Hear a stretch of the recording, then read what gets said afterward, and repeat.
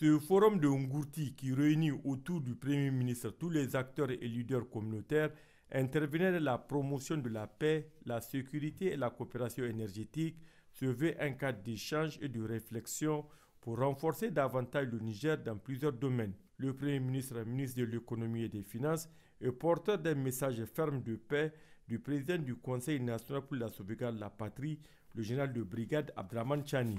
Nous sommes venus ici à Ngourti pour parler de paix. Assalamu alaikum wa rahmatullahi wa barakatuh. Le général de brigade Abdraman Chani, président du Conseil national pour la sauvegarde de la patrie, me charge de vous transmettre ses vifs remerciements, ainsi que sa considération pour les efforts que vous déployez sans cesse pour maintenir la paix dans votre zone et votre détermination sans faille à côté de vos frères nigériens dans notre noble et exaltante lutte pour la conquête de la souveraineté de notre cher et unique pays.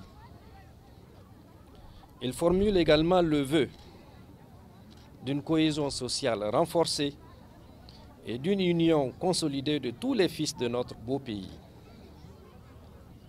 Population de Tesker et de Ngourti, chers frères et sœurs, nous sommes venus à Ngourti pour également magnifier votre résilience, car la paix, alhamdulillah, prévaut dans vos terroirs, malgré les ingérences multiples et multiformes qui vous suggèrent la culture du chaos. Soyez-en félicités et remerciés, car c'est là une preuve éclatante de votre patriotisme. Aussi, je rends hommage bien mérité à la jeunesse et malgré l'austérité de l'environnement physique, a toujours cru aux possibilités endogènes pour son épanouissement. Placé au cœur des priorités présidentielles, la paix au Niger sur le Premier ministre est un leitmotiv. Ainsi, le choix porté sur Ngourti n'est pas fortuit. Terre du pétrole et d'espoir pour notre pays. L'exploitation des ressources pétrolières dans vos terroirs donne ainsi raison à cette forte conviction de la jeunesse. Néanmoins, le CNSP et le gouvernement savent qu'il y a encore quelques réglages à faire pour que vous jouissiez pleinement de cette manne que Allah subhanahu wa ta'ala, le miséricordieux, a bien voulu mettre à la disposition de notre pays. C'est dans ce sens que le chef de l'État, le général de brigade Abdraman Chani, avait signé l'ordonnance sur le contenu local afin que les populations vivant dans les zones des industries extractives ne soient plus marginalisées dans la répartition de ressources provenant de ces industries. Nous ferons en sorte que ce qui a été prélevé et destiné à la zone arrive effectivement à la zone. Nous avons bien entendu le discours de tout à l'heure. Inch'Allah.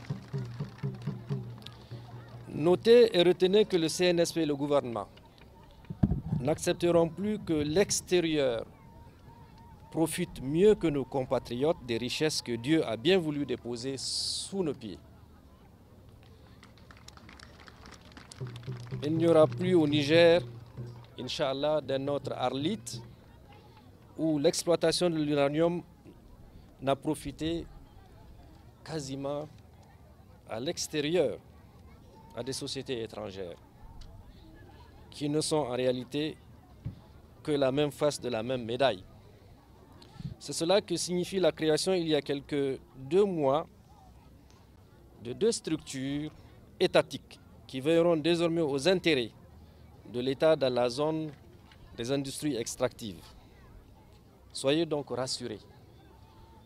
Le CNSP et le gouvernement sont en train de prendre des dispositions pour doter les zones concernées d'infrastructures de transport, éducatives, sanitaires et de communication, en plus du dispositif sécuritaire qui donne entièrement satisfaction. C'est pour ça que dans la délégation, il y a le ministre en charge des routes, il y a la ministre en charge de l'éducation, il y a le ministre en charge de la santé. Donc toutes ces infrastructures, Inch'Allah, seront construites. Le chef de l'État s'en est clairement engagé. Bien sûr, la sécurité est là aussi.